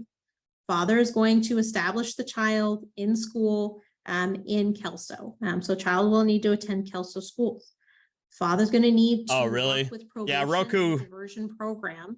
Roku's very new to do to be able to complete the diversion program and work through that process. You need to be good about allowing and informing mother of that process as well. So that means that you can't just cut mother out and act like she doesn't exist. You're going to have to provide her information on that you're essentially complying with diversion. And yes, I'm still debating with this idiot on Twitter who thinks everything that happened on October 7th was well, I'm not gonna straw man him, but he's basically saying there's a IDF propaganda, blah blah blah blah blah blah blah. You know, and won't answer a simple question as to what Israel's response should be. Anyway. Similarly, you're going to need to establish the child, if she's not already, with a mental health provider or to continue her mental health services. So you'll need to do that as well. With the mental health services, again, you need to provide mother with notification of appointments and those types of things, so that mother knows and is aware that that process is continuing along and that you're compliant. Does that make sense, sir? He wasn't compliant, Judge. No. And we're going to find that out, aren't we? So everybody is definitely under the microscope at this point, meaning that guardian ad litem is going to be checking up on you. The court has a review date. If people aren't compliant, when we come back on review, it doesn't mean that custody is going to stay how it is right now. The court can 100% change custody. And if you're not compliant, the court will. I need parents who can be on target for their kids and put their kids first. And that means getting them in school, making sure they're there every day, all day, making sure that they're compliant with mental health. Ma'am, I've given you an opportunity to speak. If you keep interrupting, I'm going to have to remove you, and I don't want to do that. So you're going to have to make sure that child's compliant with probation and the diversion program, and provide proof of that compliance. Do you understand, sir? Yes, ma'am. Okay. I'm also going to order that both of you obtain a program called Our Family Wizard. If you Google it, Our Family Wizard, you'll be able to find it online. It's an app that you can enroll in or download to your phone. It's a de minimis cost to you both. But it allows my channel doesn't exist. What the hell? Through essentially a portal. Well, that'll be your choice, ma'am. Sir, whether or not she complies, I expect you to comply. So you'll need to download Our Family Wizard. You're each going to pay your own fee for that service, and then provide your own fee for that service. And then that's how you'll provide mother with information. So you can use that to download documents and send those to her appointment notifications and those types of things. I do want to set up visitation for mother. I am concerned about what that's going to look like. Here's what I'm going to do. I am going to set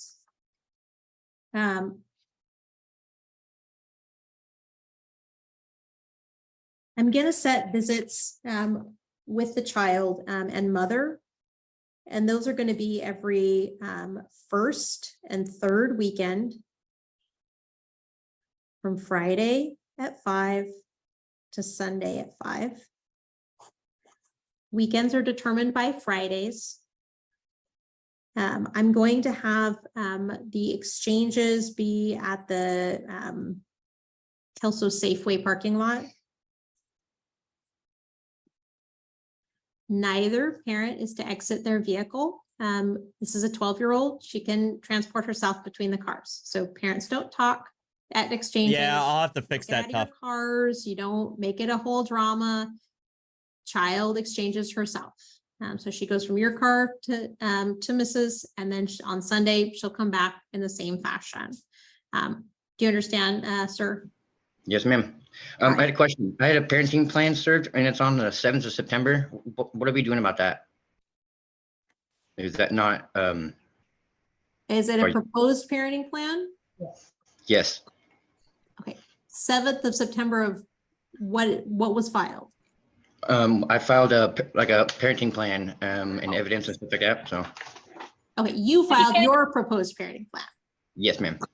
Okay, I see that. Thank you. I'm not making any findings as to either parent today. So you're asking for a bunch of findings. Those come usually with the final order. So again, either trial, agreement, or default. So I'm not making any of those decisions today. I am going to leave decision-making. I'm going to put decision-making with father at the moment because I don't believe the two of you can jointly decide anything. That's unfortunate, but based on the presentation today, I don't believe anyone can decide that. Yes, ma'am. The reason why DNA hasn't been brought up because he hasn't been in her life for the past 8 years. It was brought up in Oregon. He never came back and he left. That's why it has not been taken care of. Okay. In the birth, it's It was brought up when she was 4 years old. Okay, I And appreciate that. Okay. At this point, I do have the sealed document listing him as the parent. Hey, something even else. Thank you for the if there's 5 gifted memberships on scrivener's error YouTube. as to the birth date, that does not invalidate him as a parent. Going back to the parenting plan, so I'm going to have father make decisions, not making any findings to either parent this time. Custodian is father. Talked about visits already. Mother is to have we'll be at Christmas before you're back to review. So I want to until her birthday, I can't see my daughter. So I've never had a child complain about having 2 birthday parties. And so you'll each celebrate child's birthday on her time. Let's see, on Christmas, ma'am, if you cannot manage yourself, you'll be excused from the hearing. He really doesn't care about the kids a lot. But yeah, I agree with the narrator there. Mothers to have the child from 5 p.m. the day school releases until Christmas Eve at 8 p.m. And then fathers to have the child from Christmas Eve at 8 p.m. until school resumes. And then thereafter, the regular schedule recommences. I am going to enter an order that reflects this. You can both get a copy at the clerk's office probably tomorrow would be the soonest it'll be available to you. I think that takes care of all of those issues we talked about. I do want mother to maintain some contact with child. The guardian item is free to bring the matter back at any time if there's an emergency, but I'd like to maintain some contact with mother. I think that that's healthy for the child. I'm not making, sir, are you currently paying child support? Yep, I'm current. Okay, so with that is I'm going to suspend your obligation for child support. I was going to say, if he's getting custody. August 31st of this year. So whatever you're obligated to pay, you're still obligated to pay through essentially the close of this month. And then the obligation is suspended. I'm not making any child support orders in this case, other than suspending your obligation because I don't have sufficient financial information to do so. Either of you are free to bring that back for me to address child support at any time or talk to the Division of Child Support. Go ahead, ma'am. What about my court date on next week? The court date next week, what is your court date for? The restraining order, the response to his restraining order. Okay, I'm not entering a restraining order on either of you at this point. So there was a temporary restraining order entered to ensure sort of compliance between last week and this week. I'm denying all restraining orders as to both parties, but you both have to comply with the court's orders. So if one of you starts not complying, then a restraining order can be appropriate. But at this point, I'm denying all restraining orders as that either of you have requested at this time. It seems that the main issue was establishing a parenting plan and that there was a lot of fear about the child being taken from one home to the other. And now that you have a court order, that makes it clear what both of your obligations are and what your visitation or residential time is. All right, so you should be able to get a copy of those orders. Again, tomorrow is a good time to get those. Ma'am, go ahead. So these people have not been in her life or anything for 8 years, and you're just saying. Heard you. Okay. The child is assaulting you and having mental health problems. It seems that the child may need a trouble at change school at for this point. doing sexual. Okay. So at this point, that's my order. You can each get a copy of it at the clerk's office. You'll need to bring cash if you want them to print it. And you can get a copy of that tomorrow is a good time to get a copy of that. All right. That's it for today. On this matter. All right. So I can put her in school. I don't got to worry about her coming and taking her from school or anything like that, or? Correct. You can and should enroll her in school. Please go to Kelso Public Schools and do that today or wherever you reside. The court is going to note for the record that Ms. Nolles was incredibly inappropriate, that she swore and was not able to manage herself appropriately during this process. So her behavior is certainly going to be noted. for the court. And you can also let the guardian ad litem know to look at the clerk's minutes. Is the first noted, like, so it's like tomorrow, is she supposed to go see her at 5, or like, or do I go get that paperwork and then it'll be on that paperwork? It'll be on the paperwork. The way you determine what weekend it is by looking at a calendar. So I tell people, look at a calendar like the kind that has the boxes on the bottom and like the puppies and the kitties up top. When you look at that kind of a calendar, look at the Fridays. It's as determined by Fridays. And then in this case, look. Hey, so thank you for the additional 5 gifted memberships. I appreciate it, man. And won't be a first or third Friday. Okay, thank you, ma'am. I appreciate it. Right. Thank you. Best of luck, sir. All right.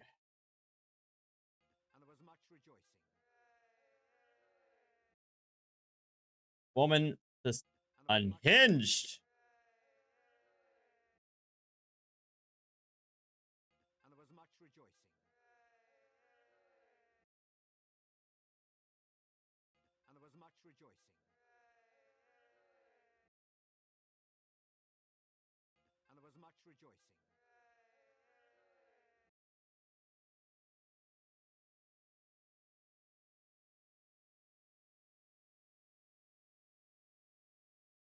Oh boy. I know. So Thales being is completely out of control by gifting another 10 Twitch subs. You're out of control, Sathael. You got to stop. I'm actually being kind of serious. Please stop, man. You're killing me here with your generosity. I really appreciate it, man, but still.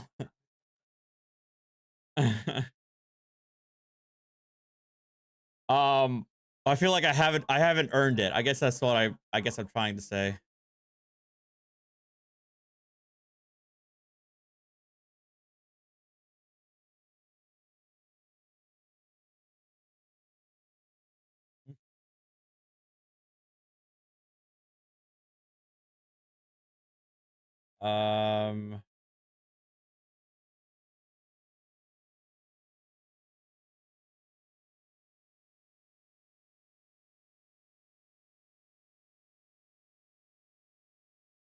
Uh-oh.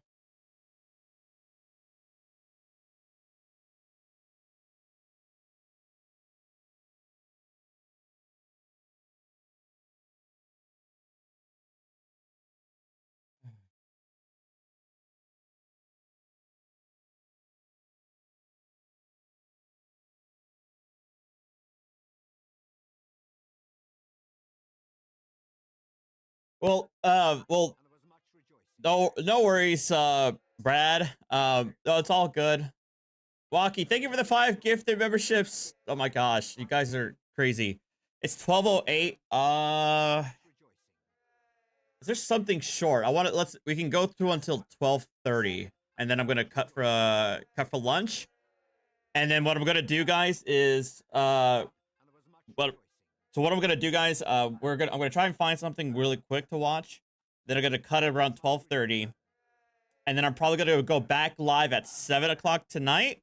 And we're going to finish up the Michael McDonald saga. Okay.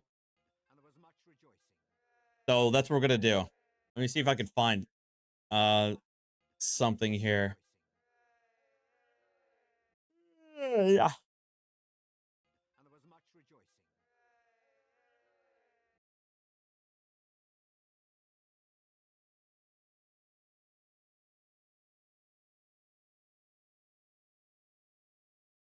Dad seeks custody after mom starts using again. Oh, that's rough. I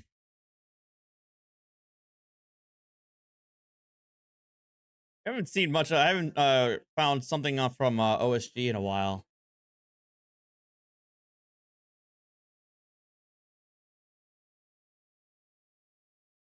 Uh-oh.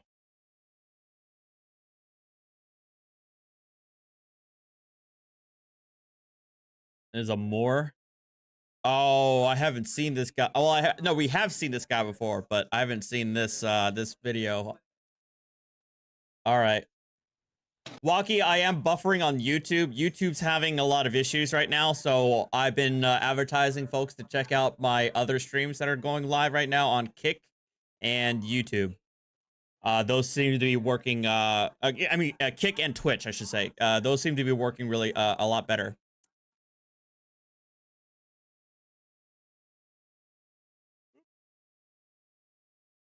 Wait, what did I touch here?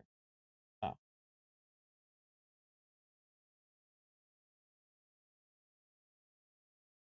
Good morning. The 36th District Court in the state of Michigan is now in session with the Honorable Judge Donald Coleman presiding. While court is in session, there will be no talking, sleeping, chewing gum, or reading any material. Thank you. No sleeping.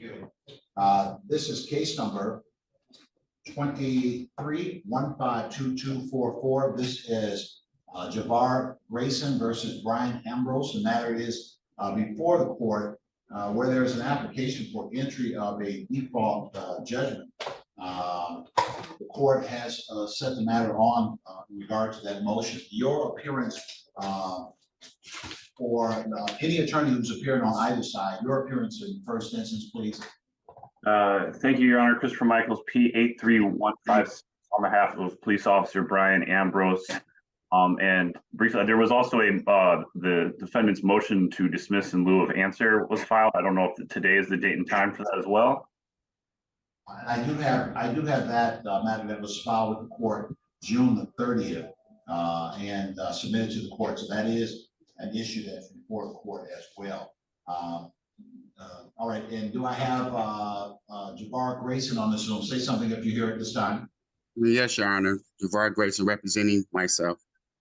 All right, thank you, Mr. Grayson. Good morning to you as Good morning. well. So, all right, I see that there is the, let me address the issue of the application for entry of default judgment in this matter. On what basis are you saying, Mr. Grayson, that you should be entitled to entry of default judgment in this matter? Default judgment? Well, Your Honor, we sent documents into you stating that I'm a national, a Morris American, and this highwayman has no jurisdiction over me.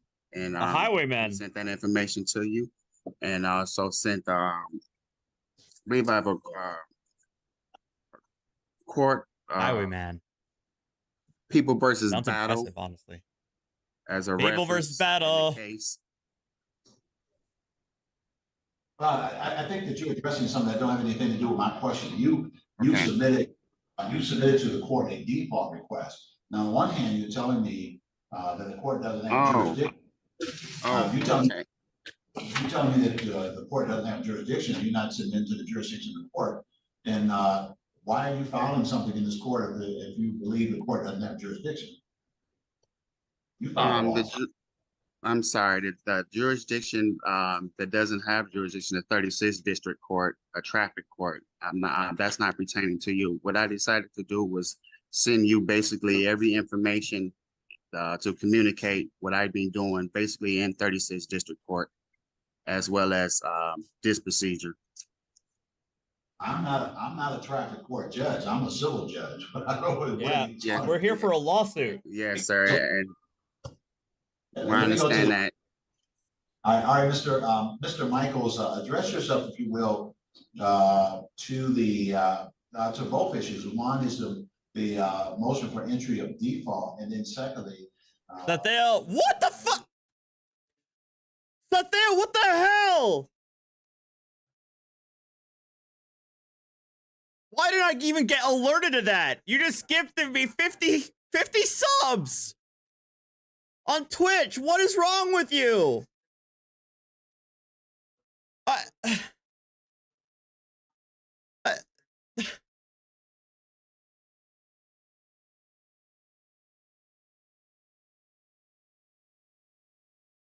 What the hell, man?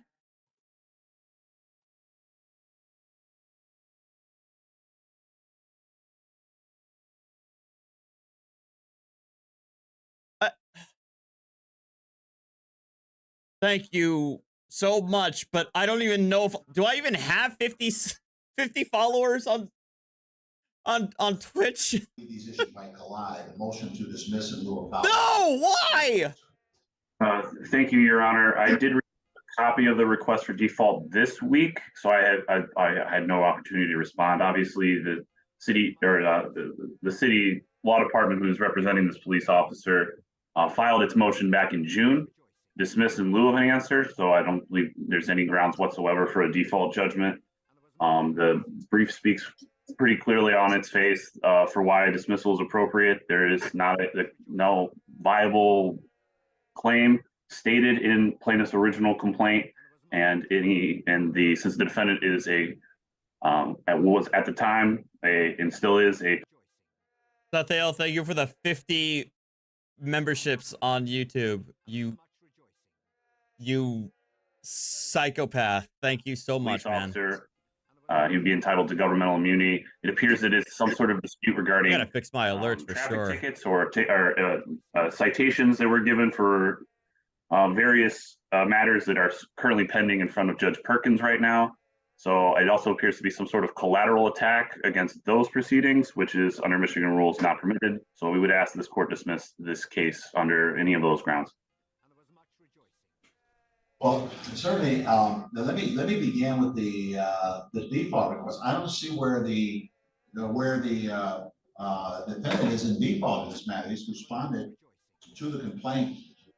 Default is when a party fails to act in the judicial proceeding, in a court proceeding, failed to act when they should have acted, and that therefore the court would be required to enter their default because of their failure. Things like failure to answer the complaint. Thank you so much, Sathiel. You're an insanely generous. Thank you, man. I don't know what else I can do to show my gratitude except thank you like a billion times. The responsive pleading that was filed in this matter was filed in June. The case was filed looks like June the 13th, 2023. The motion was filed June the 30th. So that's certainly within the time required by law to do a responsive pleading. So I don't see any basis for default. Default is what, like if the defendant did not answer or didn't file a response, then the plaintiff could move for entry of default. I don't see a basis for entry of default in this matter. No, so the motion and application for entry of default is denied. There's nothing about this case that shows that the plaintiff is in default, or for that matter, that defendant is in default on anything. Neither party is in default. The case is right where it's supposed to be, and that is that. Also, thank you for the. I missed all the 100 bits from Dimmer. Jerry Jones is the Antichrist. There, I said it. Sathiel, thank you for the 200 bits. Again, always thank you. And then Angstball, thank you for the 300 bits. Thank you. A responsive pleading. That responsive pleading. Under thumb, thank you for the prime sub. In lieu of filing an answer.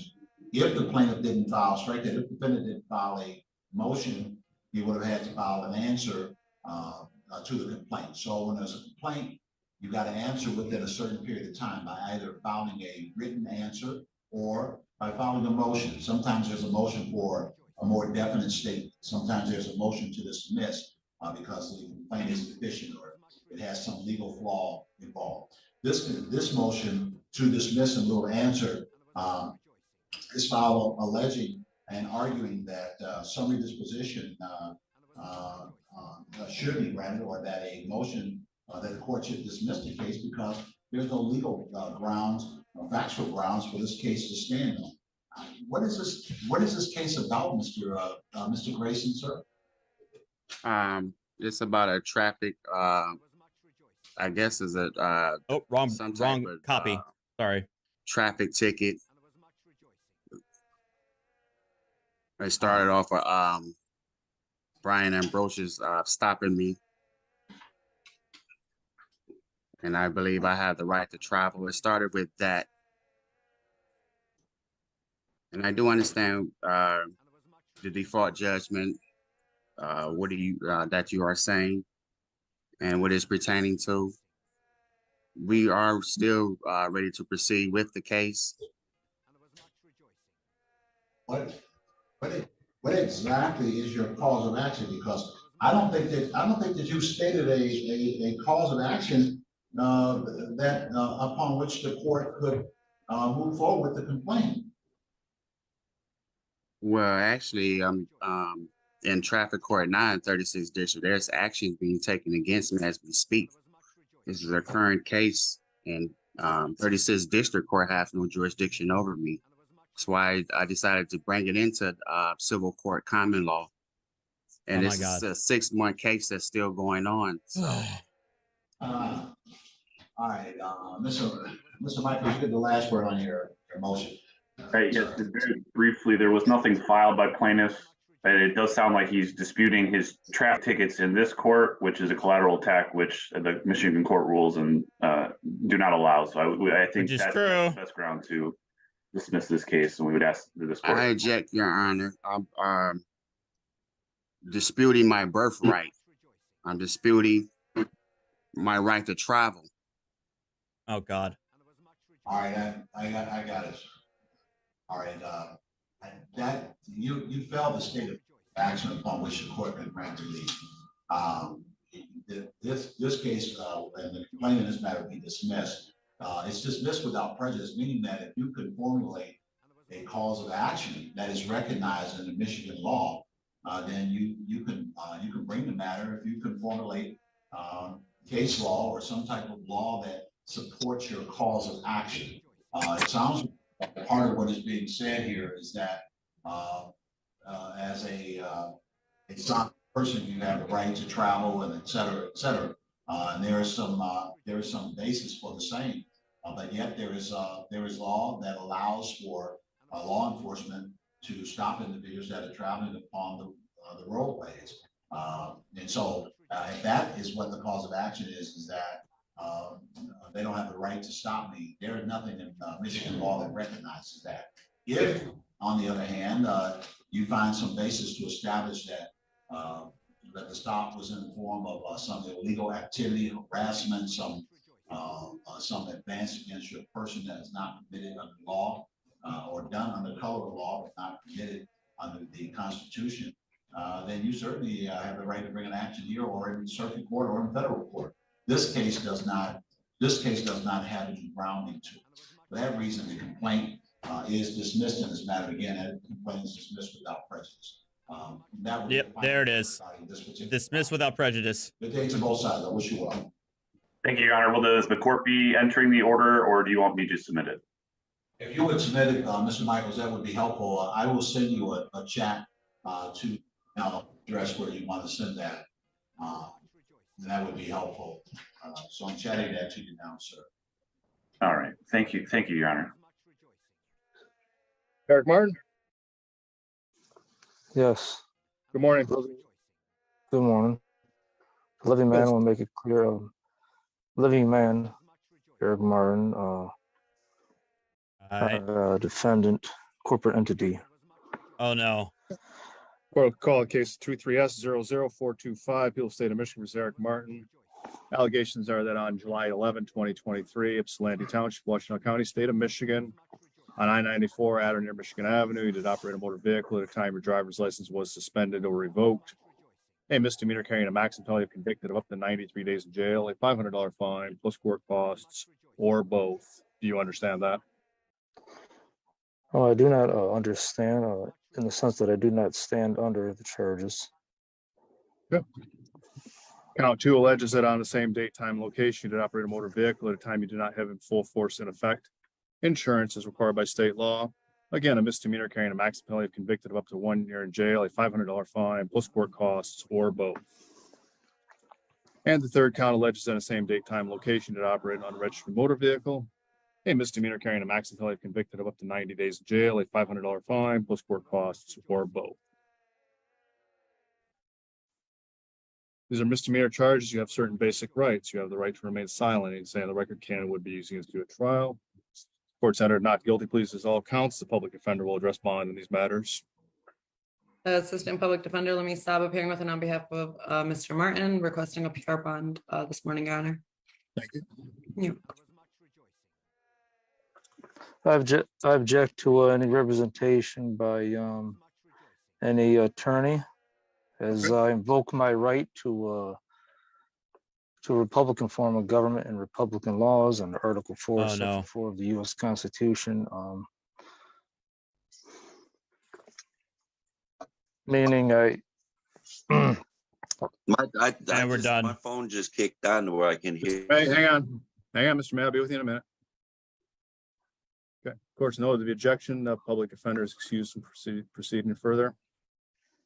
And that's just, yeah, not make it clear, not just as to them, nothing with them, you know, just them specifically. I'm saying any and all attorneys, because I do not give up my right to be sovereign as one of the people, as the U.S. Supreme Court said I have as one of the people, and the right to Republican form of government and to be sovereign. So that's why I say that. Thank you. Yeah. All right, Mr. Martin, we will set a pretrial hearing September the 14th at 9 a.m. via Zoom. Oh, is this so fast? Let me write. September 14th is September 14th. What time? 9 a.m. 9 a.m. And that's what's the title of that proceeding? That'll be a pretrial hearing. All right. Prosecutor will be present for that hearing. We have any future filings you make with court, make sure you copy the prosecutor on. We have forwarded these for you as a courtesy, but if you make any future filings with court, including the ones you've already filed here, or in addition to the ones you've already filed, make sure you send a copy to the prosecuting attorney's office. Their address will be on the notice we'll send you, okay? Okay, I have another objection here. I also object to a challenge of jurisdiction in this case against me. There it is. Man. You can make that motion in writing. And again, any motions made in writing be filed with the court and served on the prosecuting attorney's office. Okay. Okay. All right. Did you receive a text message to remind you about today's court date? Did I receive a text message for what? To remind you of today's court date. Of today's court date? Yes, I did. Okay. Just want to make sure you're receiving those, so you're getting that notice. We'll mail them to your address on record here too as well. Okay. Okay. Yeah. All right. You're all set for today, Mr. Martin. Again, September 14th, 9 a.m. Failure to appear for a court date could result in a bench warrant for the individual's arrest. You understand that? All right. Well, I don't understand in the sense I do not stand under it, and I object to that. Don't stand under. I'd violate my right against sovereignty and Article 4, Section 4, Republican form of government, and all right. Your objections noted. And there's many other reasons too why I objected, because there's no jurisdiction here under many other reasons. Well, as courts operate, you will need to file any objections in writing. I've instructed you on how to do that. So if you want to submit those objections, just write it up and make sure you send a copy to the court and to the prosecuting attorney's office, so they're prepared to address that at the next court date. Okay. Yeah. So, okay. Well, one objection I kind of have with the prosecutor in the sense of, I will if I must under threat and duress. Oh, that's another thing I was going to mention. Now, I'm appearing here by special appearance, not a general appearance, and this is through threat and duress of the arrest and all that, the normal procedure that courts follow. So I just want to make that clear. I'm not really consenting to appearing here today. I'm not consenting for future references to be held under the jurisdiction of the court and all that. And that's one of the legal authorities I use for this is the Michigan Constitution and the U.S. Constitution under the 13th Amendment, right against slavery and to not be subject to involuntary servitude. That's one of the legal authorities I rely on to be subject to any arrest for the bench warrant, like you mentioned, or anything else that's against my will. And just want to mention that. You've made your record on that point. Okay. Now, what was I say about the copies of the prosecutor? Now, I will if I must under threat and duress, but see, that costs money, and I shouldn't have to spend no money for my access to the court, such as by making copies. That just costs more money for me to make the copies. So in that sense, I'm going to ask that if that the court clerk make a copy and send it to them, so I don't have to spend money to make the copies, which I think violates my right of access to the courts. And as the U.S. Supreme Court said, was it Murdoch versus Pennsylvania? I think that was one of the cases I cite dealing with my other arguments. You know, we don't have to spend money for the exercise of a right. But you do. You would have to. Can I address that for you, Mr. Martin? I know, right? This is YouTube is completely messed. You making? Go ahead. Okay. Oh man. If there's a finding of indigency and you need to fill out a form indicating that you're indigent, so you can find that form on our website. If you file that form and there's a finding of indigency, that's easy enough for me to say, then we consider that at that point in time. Okay. Well, I'm saying in addition, not just, you know, I know the normal indigency is normally a thing, but I'm saying regardless of the aspect, just simply because it's a right of access to the courts, it's not just limited to indigency. It's just period. I shouldn't, you know, don't have to pay money for the exercise of right, period, regardless whether I'm indigent or not, you know. I hear you, but that's a process that we have under the court rules. Right. Currently. If you want to challenge the court rules as they are, there's a process for that, but we have to operate with what we have to operate with right now. Okay. Well, the court rules is, like I said, just once again, and that's the final thing to say about it is under Murdoch versus Pennsylvania, U.S. Supreme Court, and I got the volume and page and recited to already in one of the papers, you know, in general, just the right of access to, you know, I mean, to pay money for the right, I mean, to exercise our constitutional right, no matter what constitutional right it is, you know, you can't be charged a fee, period. So, yeah, you made a record on that point. Like I said, right. there's a process for it right now that exists. If you want to challenge the processes, you'd have to, you know, to do that otherwise. But so again, your next court date will be September the 14th, and we're all set for today, Mr. Martin. You have a good day. Thank you for coming in today. Yeah, you too. Yep, bye. All right. That's a good one to end on. All right, guys. Okay, guys, I'm going to drop this. I'm going to go eat. I'm going to have some food, and then watch the Cowboys lay an egg against the Giants. I hope to God they actually don't do that, because I will probably be very depressed. But I will